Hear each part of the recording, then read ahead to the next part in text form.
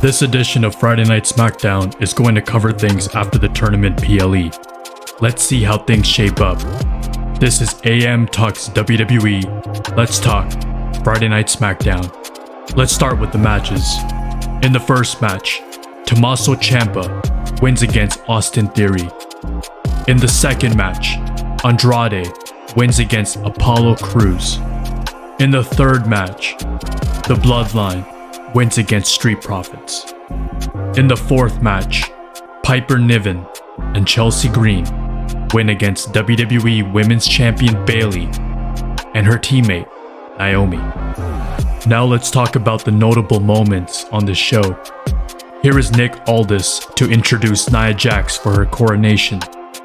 Nia brags about the win and demands that Bayley comes to the ring right now. Here is Bayley, but Piper Niven and Chelsea Green jump her. Bayley gets crushed, but Green tells Jax to be ready to face Niven at SummerSlam instead. This was to the point and what it needed to be. Backstage, AJ Styles goes on to see GM Nick Aldis and is asking for some time to say something in the ring, but he only wants to say it once, and Aldis agrees. Afterwards, in the GM's office, L.A. Knight, shows up to ask if Aldis knows where he can find Logan Paul. Well, that's interesting. L.A. Knight, says Logan Paul isn't here this week, but Knight is here, so he'll make it clear he wants the US title.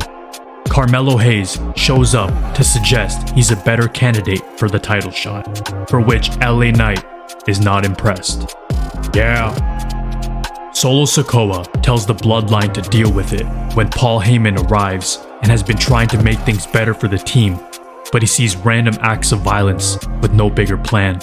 He thinks they need Cody Rhodes in check for when Roman Reigns comes back, but Solo says we already do.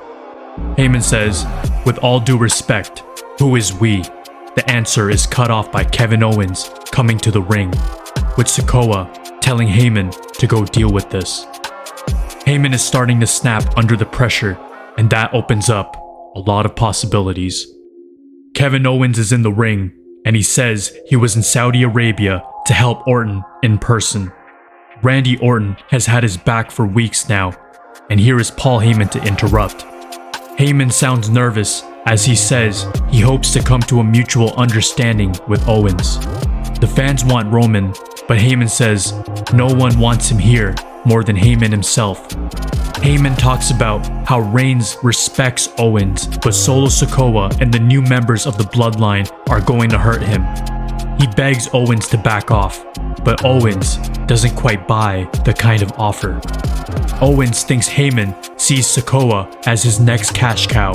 In 4 years of fighting the Bloodline, Owens has been super kicked 30 times at once, thrown off high things, but he's never going to stop fighting to get rid of them.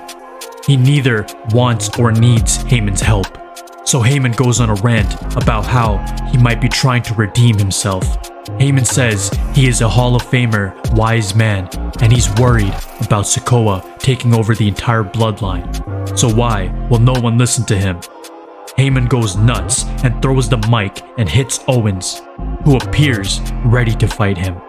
We see the Bloodline, but the Street Profits run in to even things up.